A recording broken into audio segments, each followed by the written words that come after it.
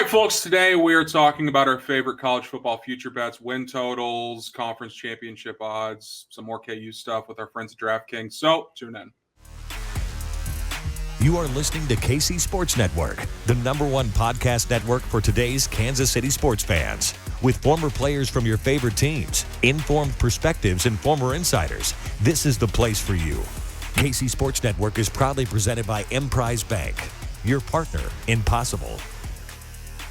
All right, folks, we are back. Another episode, Ain't No Seats podcast. Before we get going, as always, we got to mention Emprise Bank. They are our title sponsor. Shout out to them. An Emprise Bank debit card is good anywhere. You have access to 55,000 fee-free ATMs worldwide through the All-Point ATM network. You can get the same kind of access to your money as any bank across the country while getting the value of working with a trusted partner in Emprise. So shout out Emprise Bank. Speaking of partners, AB, the state of Kansas, we've got big news. DraftKings Sportsbook is coming to the Sunflower State. It won't be long until you can bet on all your favorite sports from the comfort of your own home. It's big news, AB. Very big news. Mm-hmm. So to celebrate, all new customers, all of you, all new customers will receive $100 in free bets when you sign up using code KCSN. Plus, one lucky customer will win $100,000 free bet. That's right. DraftKings Sportsbook is giving you $100 in free bets just for signing up today. No deposit required. Soon, you'll be able to bet on money lines, spreads, props, and more with one of America's top-rated sportsbook apps, DraftKings Sportsbook. Plus, you'll be entered to win a $100,000 free bet when you sign up. So here's what you do. Download the DraftKings Sportsbook app now. Sign up with code KCSN to get $100 in free bets to use once mobile sports betting hits Kansas. Plus, one customer will win a $100,000 free bet. That's code KCSN only at DraftKings Sportsbook. Gambling problem?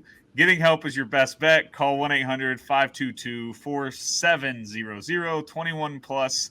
Physically present in Kansas. Eligibility restrictions apply. See terms at DraftKings.com/sportsbook. Subject to regulatory licensing requirements. One per customer. $100 issued as 4 $25 free bets. No purchase necessary for sweepstake. Void when prohibited. Ends first day. DraftKings is allowed to operate in Kansas. See terms at DraftKings.co/Kansas. AB. You nailed it. The key here is we get to bet on sports in the state of Kansas using DraftKings Sportsbook, and that's big-time news. That's big-time news. Yeah, it felt like it was a long time coming for the whole state of Kansas to legalize it. It's been going around the country for the last, 5 years? Yeah. And there's a huge market for it. So good for Kansas getting it passed. They beat Missouri, so hopefully some revenue dollars come into the good old state of Kansas. And, it's just going to be good for it to be normalized a little bit. Just another good old-fashioned win over Missouri. Again, something we do quite well as a state. But, yeah, big news. And so we figured, hey, we got DraftKings sports bettings here.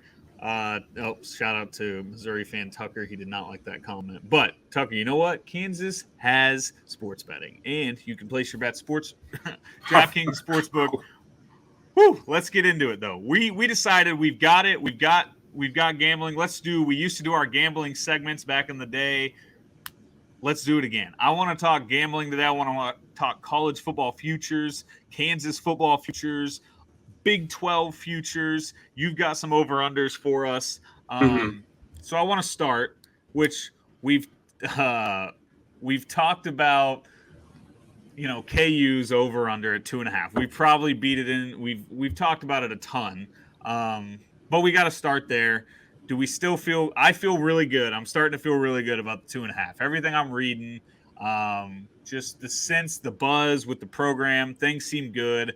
I'm leaning heavy towards the over on the 2.5. Do you still feel good about that? Where are you leaning when it comes to the Hawks? Yeah, I think it's crazy to call it a safe play to go over on any KU win total, but I mean, we've talked about it before. We think they're going to get the Tennessee State game or Tennessee Tech, whoever the hell they're playing. Yeah, either way, you're getting it. Right. And then you play Duke, who is just as bad as you are. You're at home. You'd like to think you can get those two.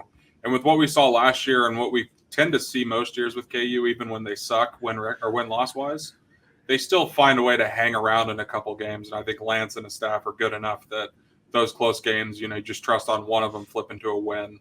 And there's your 3 right there, and have fun the rest of the way. So I would, if I were taking it, I'd definitely take the over. Can't even speak. I'm not excited.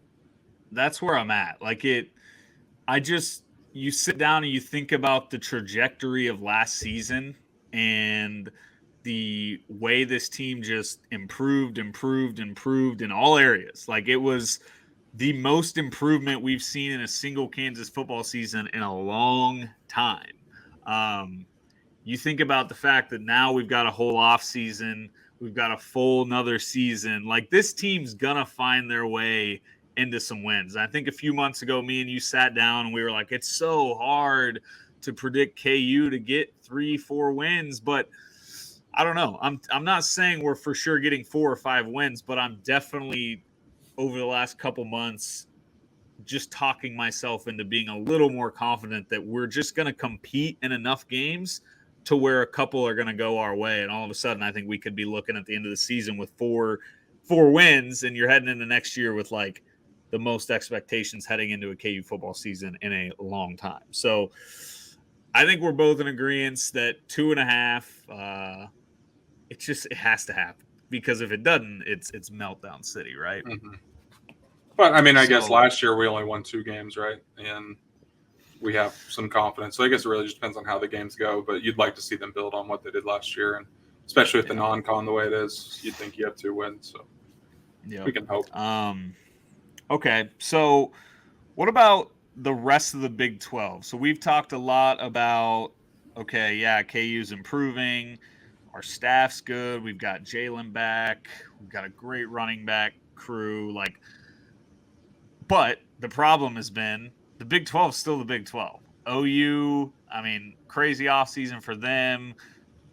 We own Texas, but Texas is still good. K-State returns a ton. We'll talk K-State. According to DraftKings Sportsbook, Oklahoma's plus 190 to win the conference. OU second at plus 290.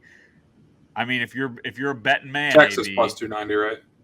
Yeah. What did I just say? You said OU and Oklahoma, I'm pretty sure. Okay, yeah. Well, OU and Oklahoma are plus 190, and Texas is plus 290. Good catch. Mm-hmm.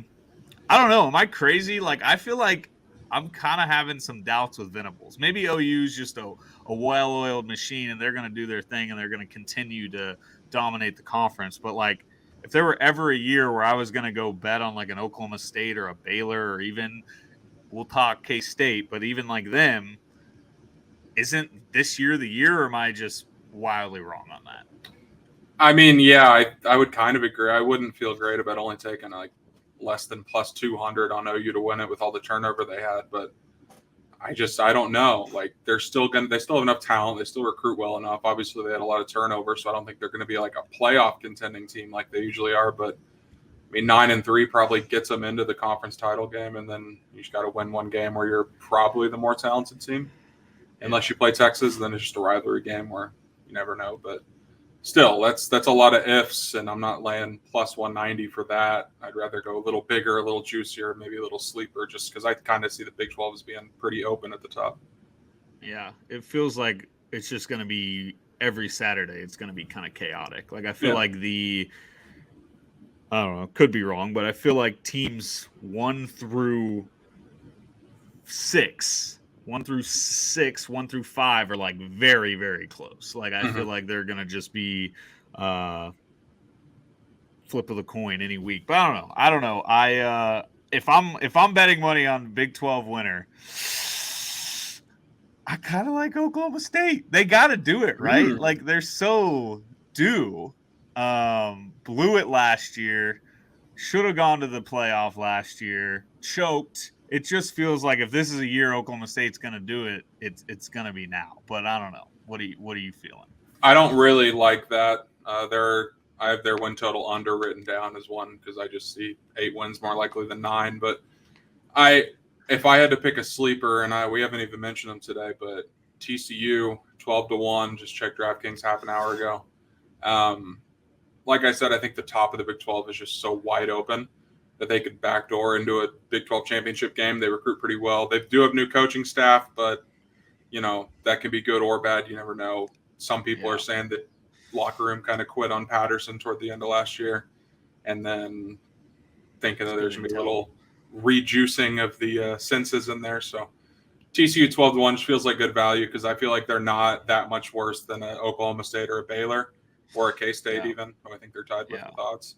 And it's just a good number to, win a weaker conference this year. So that's my sleeper. All right, so let's talk K-State because I don't know if I'm a sucker, if it's because I'm surrounded by K-State fans. I got K-State friends, work with K-State fans. You read the Twitter timeline, and it's like you would think this team was preseason top 5 with college football playoff or bust. Deuce is the leader to win the Heisman, which I like. I think Deuce Vaughn's good. I've kind of talked myself into K-State being really good this year, and I think it may just me being brainwashed by my Twitter timeline.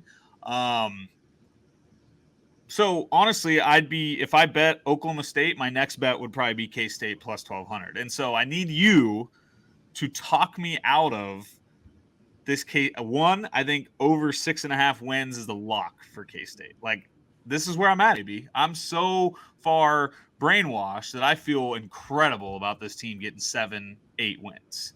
So I'm here asking for help. Tell me why I'm wrong. I wish I could, but I like it too. I think they go over 6.5. But that's not saying a whole lot. Like, if they go 7-5, I don't think they're satisfied with all the expectations they've built.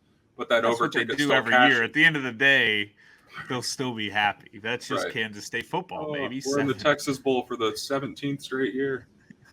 Yeah. I don't know, man. But am I wrong though? Like, is it? I can't remember the last time I've seen this much buzz for a K-State team, and then you look at these odds and you're like, wait, like you're tied with TCU who just got a new coach. Like, what's going on? Like, I don't know. I'm kind of torn if K-State fans are out of their minds or if like they're undervalued. It's probably a mix of both. Like, when you say the word undervalued, I just picture K-State, I feel like.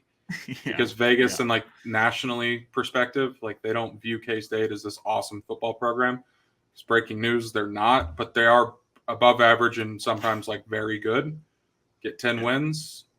I don't know if that's like Colin Klein's not walking out of the door. I know they're excited about Martinez, but he's just a big name because he played in Nebraska for 12 years. Like, I mean, Martinez is going to either be, I feel like he's either going to be the most hilarious disaster of all time, or I feel like he's going to like be really good because he left Nebraska. Like, I don't know. I mean, we were talking with Tucker before this and he's like, can't take the Nebraska out of him. Like, I don't know if that's just going to come with him to K-State. It would be so funny. The content would be so great. I think you said it before. He is just going to throw them out of a couple games. He'll make a mistake, but I don't know. Like, is a Deuce Martinez combo going to be pretty good enough to get them to 8 wins and then, have a shot maybe at going to a Big 12 title game? I don't know. It could. I mean, and they're always that team too where they just win a random road game, I feel like. They're good at home. So I just when I see K-State, I either go over or no bet because it's like betting against Tom Brady. Like, you're just, or LeBron, you like LeBron. Like, and this is kind of a backwards way to put it, but like people are always trying to be the first one to bet against LeBron, Brady, whoever, and say they were right when they fail.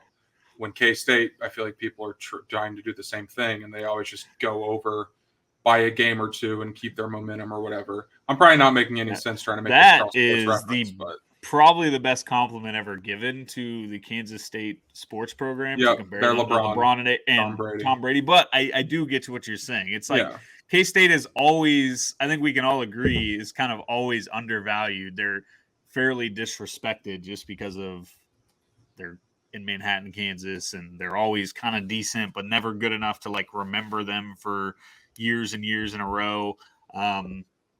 But yeah, it does feel like they kind of always overachieve, but that's mainly because they overachieve because their expectations by the national media are set extremely low. But that's why I find it funny is because the expectations set by the fan base seem to be really, really high. And it's like they can't It always seem to get falls it in right. the middle though, which is Exactly. 7-5 or 8-4 just feels like I can just It's picture gonna it. be 7-5. It just Yeah, is like they'll be that's 7-5. what they do. They'll be in and out of the top 25, and they'll Yeah. go to the Alamo Bowl, go wherever, and they'll probably win it because they do that, and it's just a typical K-State season. Yep. All right. What bets do you have for me? You said you had a few listed. TCU already talked about them over 6.5. That's just more of a blind fall. If I like their value to win the Big 12, they should win more than 7 games. Texas under 8.5. I mean, come on. We're not going to keep doing it with Texas. I don't care who comes into the building. We're just not going to do it with Texas. Are we sure like the Arch Manning news doesn't just have Texas like buzzing enough to go get themselves 9 wins? Like they're feeling like they're relevant again, which just kidding. Texas has never not felt relevant. But I don't know. It felt like when I saw that news, I was kind of like, damn, the SEC news plus Arch Manning committing, like, is Texas about to go on a little run? Or are we going to be making Texas's back jokes after they drop in a game in like week 2 to a team they have no business losing to? So, well, here's the fun thing: is Texas. I think Texas plays Alabama week 2, either week 1 or week 2. I think it's week 2, and the best is going to be when they win week 1 by like 42 points. They just absolutely blow whoever they play out of the water, and they're looking good, and they get up in the top 10. In Alabama, they just come in and they will beat the piss out of them. And all that energy and good vibes and feeling juice that you just brought up, Alabama's going to suck every last ounce out of them. And then they can only lose 2 more games the rest of the year for them to hit that over. Like, it just... What a miserable... Go ahead. I was just going to say, like, what a miserable spot to be in as a Texas fan. Like, you have Alabama week 2, and, like, you have no shot.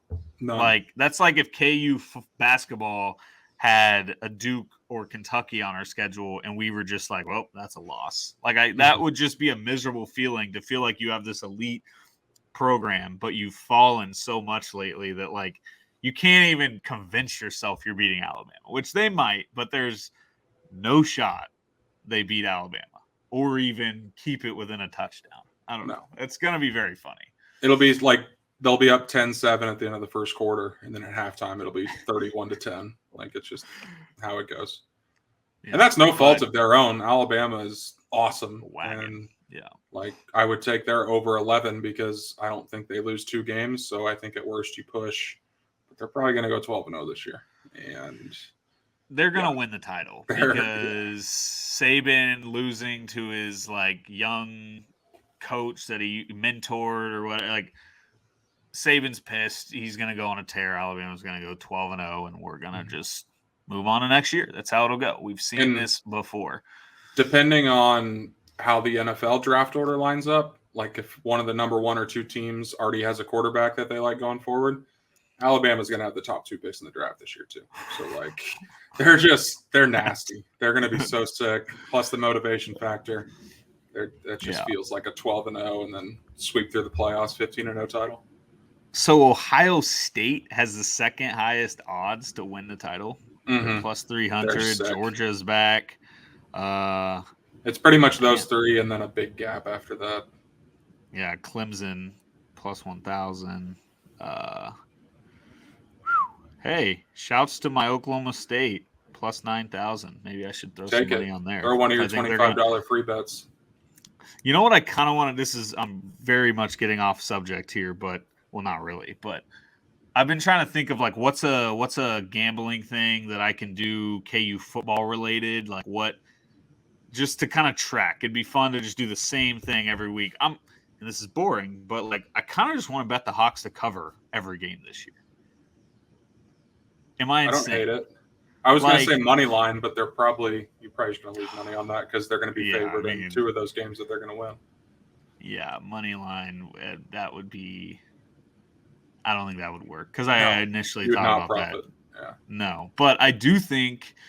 I mean, we've spent year after year seeing this team not cover. Like we're 35-point dogs and we lose by 40. Like we've seen that happen time and time again. Is now the year where maybe we don't get 4 wins, maybe we get 3, but is now the year where we just become covering machines, and I can sit at the end of this season saying I went 9-3, 8-4 on bets with KU football. Like I kind of just want to do something like that, just because it'd be fun to track. It would also be hilarious if I went 0-12.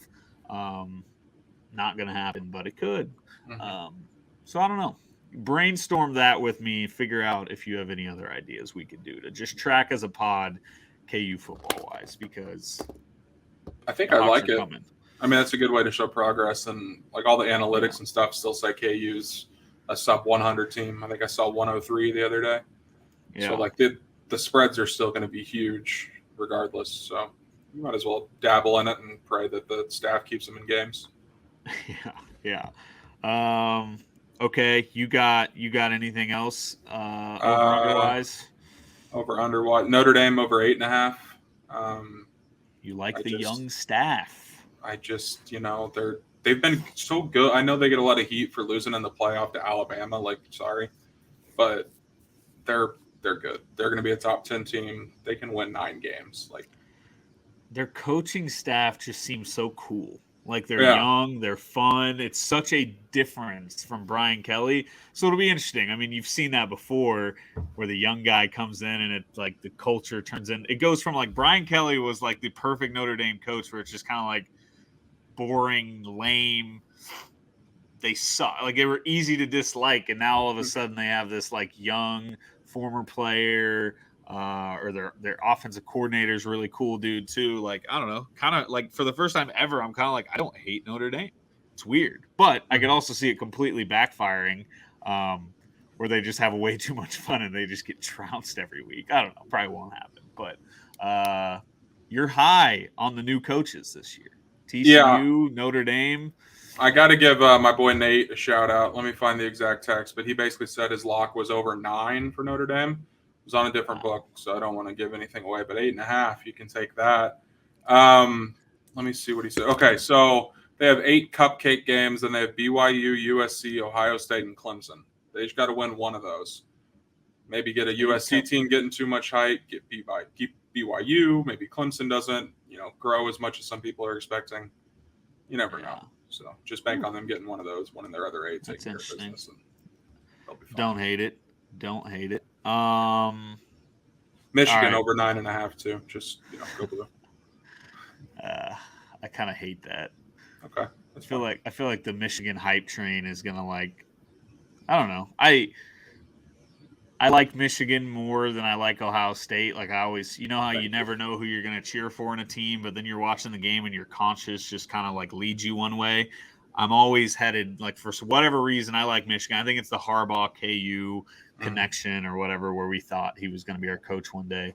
But I don't know. I feel like you'll love this then too. I got him 6 to win the Big Ten. Now here's the only reason that this stuck out to me on DraftKings. It's going to be them or Ohio State is my thought process. Yeah. Their only tough road game before Ohio State is at Iowa. That's always tricky, but they get Penn State at home and Michigan State at home. So basically I'm betting on the idea that when Michigan goes to Columbus to play Ohio State Thanksgiving weekend, the winner's going to the Big Ten Championship and will be heavily favored in the Big Ten Championship. So getting plus 600 now is going to be better value than that money line would be in week 12 or week 13.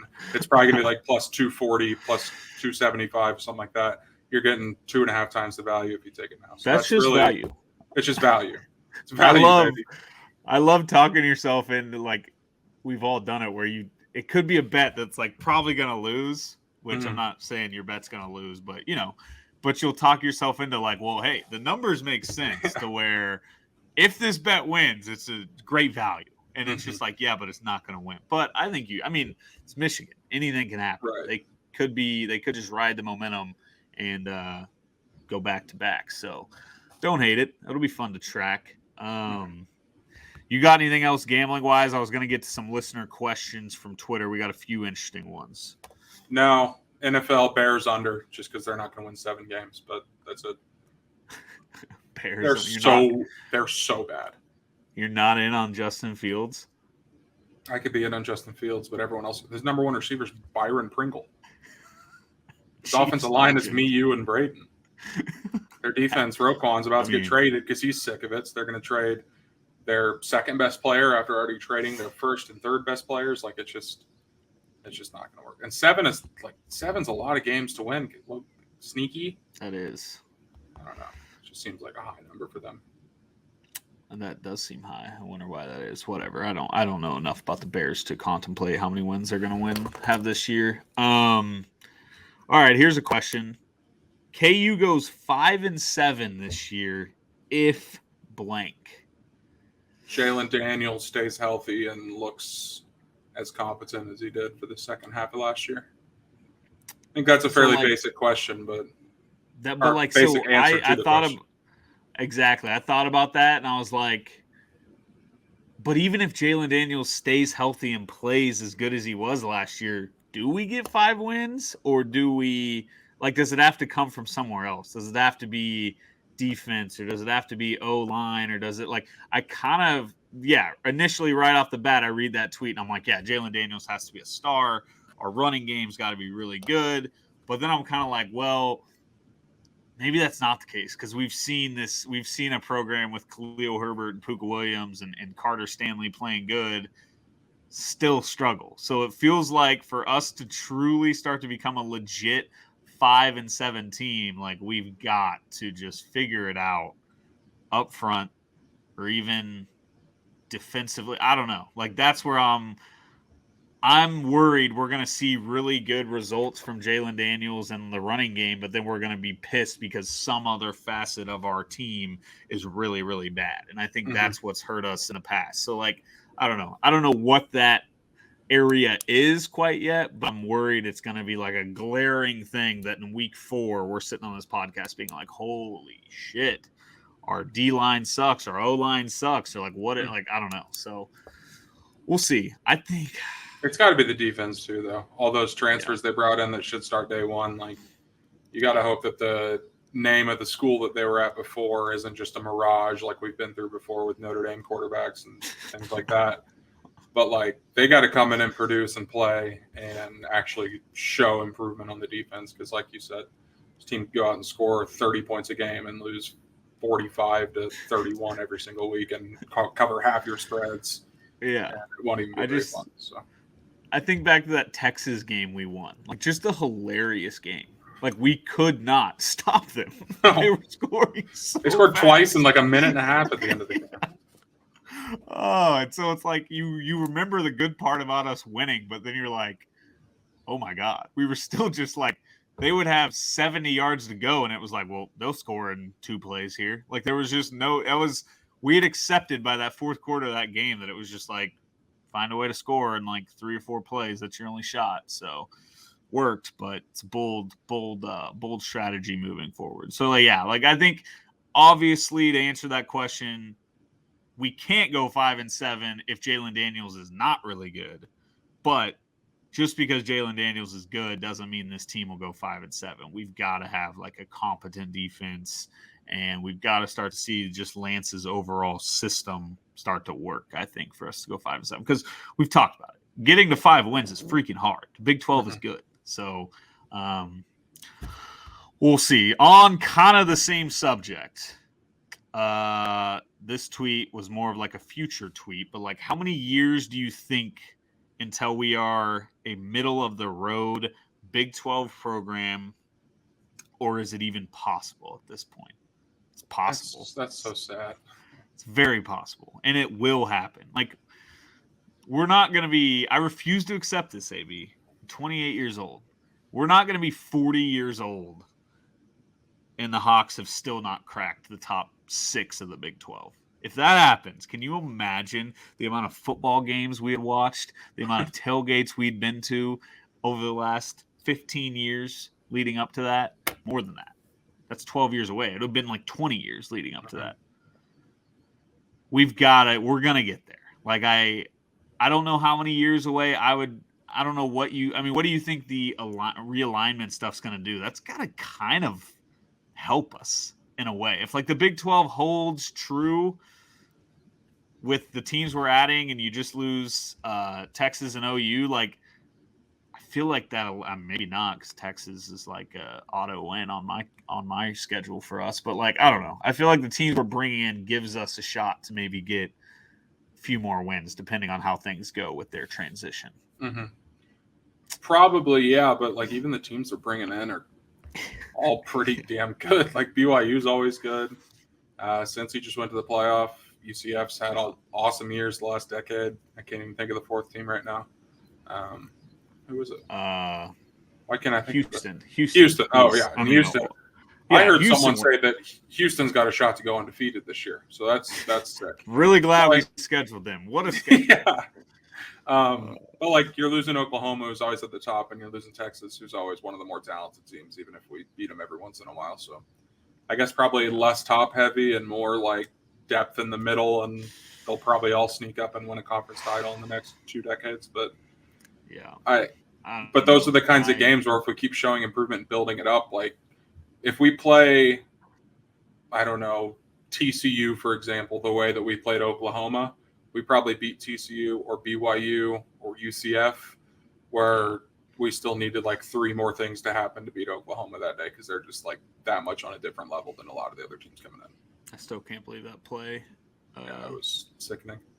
But yeah, we just got to get to the point. Like, say it's 3-4 years down the road. That's kind of where I lean towards. In 3 years, if Lance is still here and things are going, we've seen improvement over the last couple of years. Like, I don't think it's crazy to say in 3 years, if things have continued to improve, that you're at least, you can look at UCF and BYU as like a coin flip game, right? Like Houston, I don't think is going to be I think Houston's going to turn into an absolute monster. I think Cincinnati is going to be pretty dang good, depending on if their staff stays around. But like I think if you can get to the point where UCF, BYU, K-State, of course, who else am I forgetting? TCU probably. Like they need to become a team where we can look at our schedule and say, kind of like how West Virginia feels this year, we need to get to the point where it's not just the second worst team in the conference. It needs to be the 6th, 7th, 8th, 9th, 10th team that we're kind of like, we go get those wins. So I don't know. Do you think 3-4 years is a fair guess, or are people going to be mad and think it's next year? People will probably be mad, but it's like at this point, if you're still like actively seeking out KU football content, I think you should be okay with being patient, because that's all you've had to do for the last ever. It'll probably take a couple more years before we're at that level, but I don't know. I always think back to that quote from Fornelli from CBS, who said after the Leipold hire that at some point he's just going to make KU a consistent 6, 7, 8 win team, with the potential when everything swings the right way to go for like 10.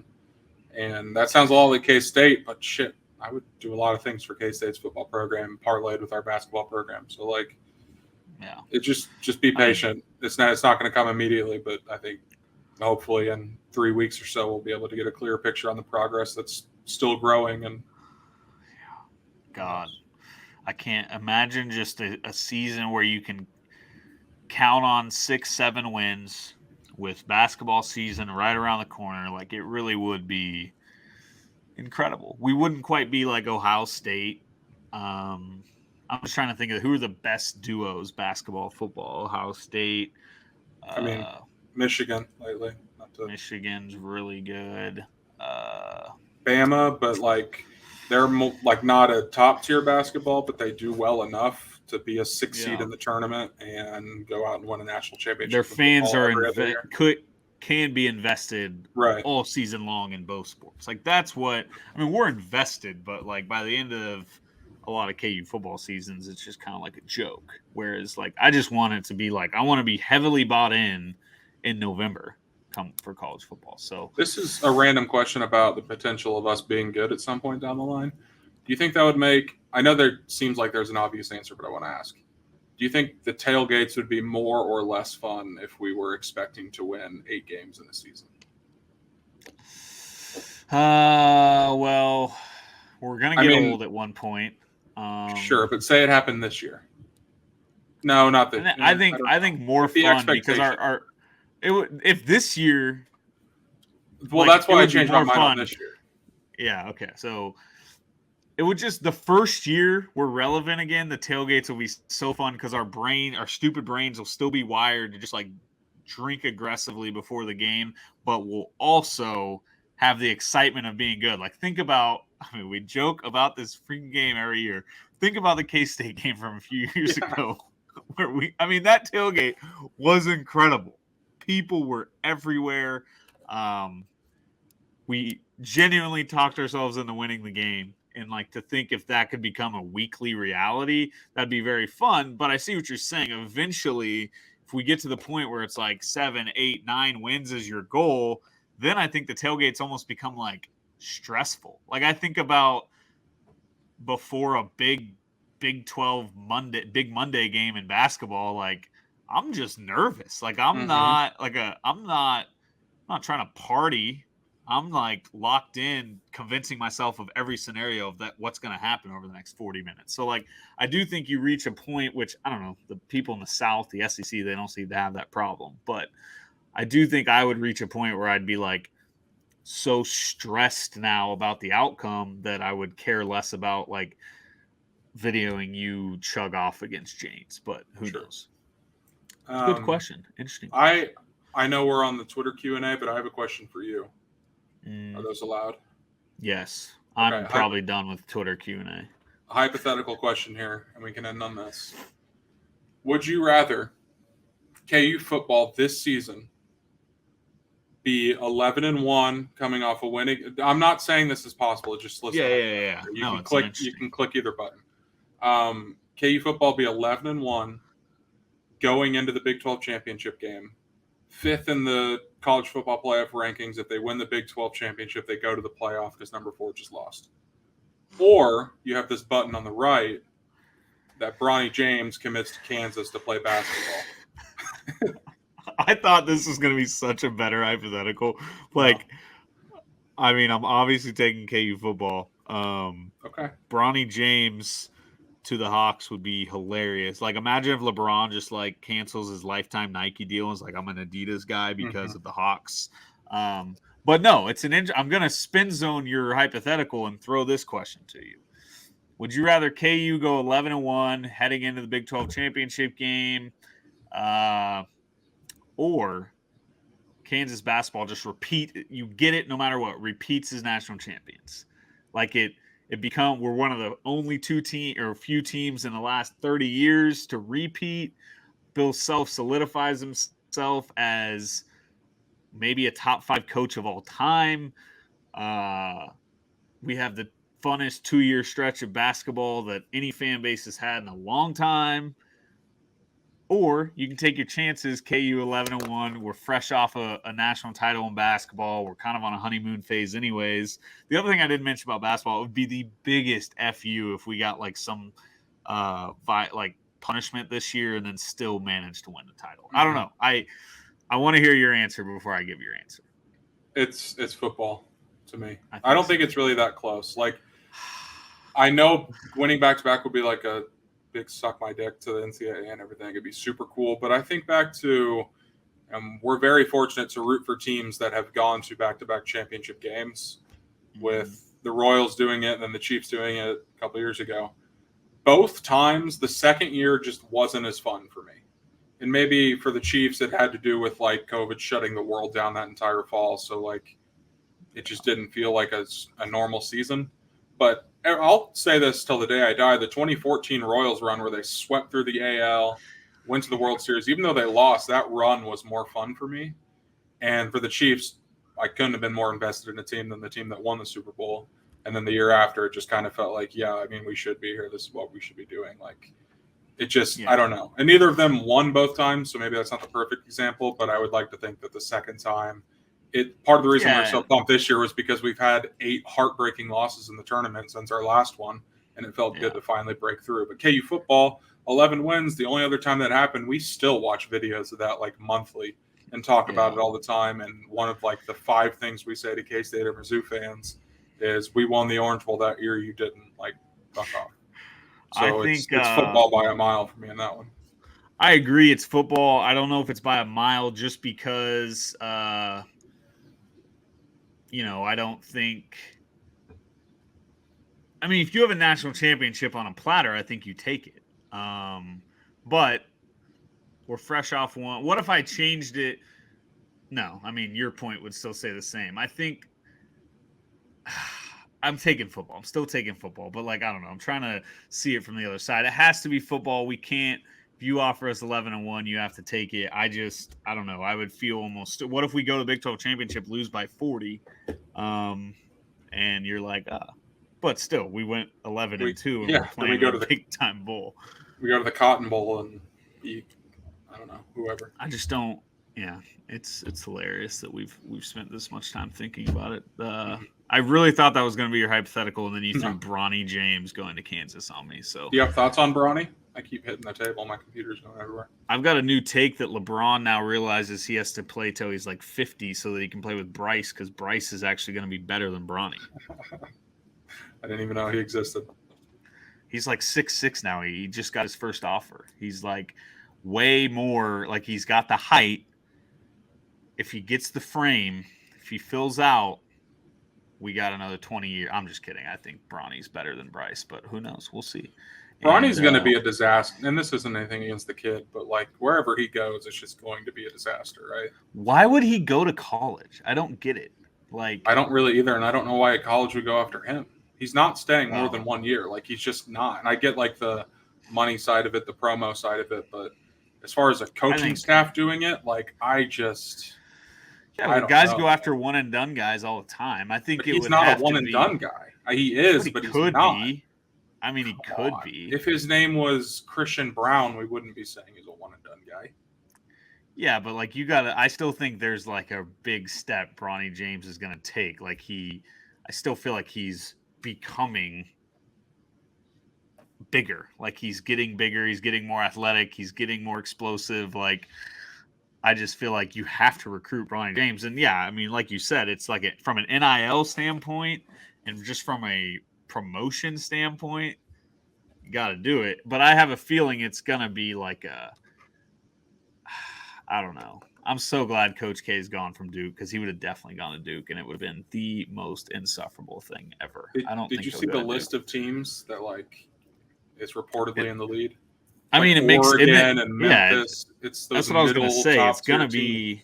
It's going to be a team like that. It's not going to be a Kentucky or Duke. I think Oregon makes the most sense because of Nike, but I can't believe we're talking Bronny James. Well, it's going to be a disaster. I firmly believe that, because he's going to, and because of his name, he's going to come in and they're probably going to have to play him like he's the top 5 recruit in the nation and not a top 50 recruit in the nation. Yeah. The top 50 guys are never really that good their freshman year. Yeah, it'll be interesting. I kind of think Bronny James is going to have a humongous senior year and jump from top 40 to top 10, but we'll see. Are you going to hate him as much as we hated Zion? Or was that a Duke thing or an ESPN I didn't even hate Zion. I was just it was just so annoying that he made that decision. It was why, dude? You were so cool, and now you have to be a cheese dick the rest of your life. You will never not be a Duke cheese ball ever again. But not even that, just every single ESPN commercial was, and in 6 days watch Zion travel south to Miami to play against Jim Larinaga and the Hurricanes. This game sucks. I don't want this to be the primetime game of the year. If it's Bronny James, they're going to do that 3 times as much. Yeah. But I hope that he's not end up at Duke. Wherever he ends up, it's going to be nauseating. But you know me, I'm going to be a big-time Bronny guy and Bryce guy. You can just see LeBron sitting at Cameron, though. Oh, yeah. He'll be on the bench. He will. Is that the one way we can make you dislike LeBron? It's not. I'm at the point where I'm I get annoyed with LeBron. I get that he's extremely lame and corny.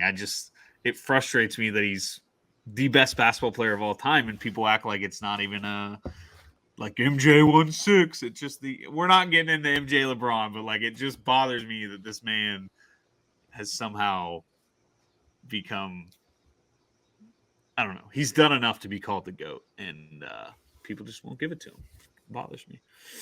Mm-hmm.